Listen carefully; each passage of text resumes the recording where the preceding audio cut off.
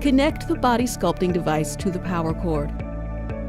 Press the on-off button to switch on or switch off your device. Press LED and choose the desired light mode. Press ion negative to maximize benefits of the red light mode. Press ion positive to maximize benefits of the blue light mode. The sonic and ion features can be adjusted by pressing the function button repeatedly.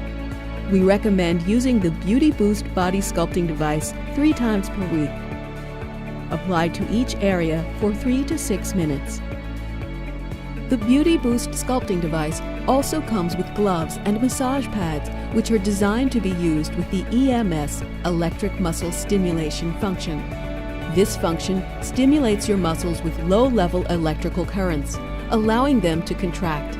These muscle movements have the potential to improve fat mass and body fat percentage and reduce muscle pain.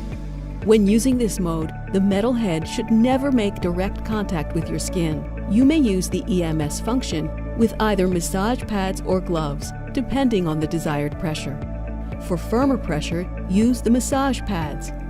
Connect one end of the EMS wire to the pads and the other end to the device. Remove protective films and stick both pads onto your desired application area.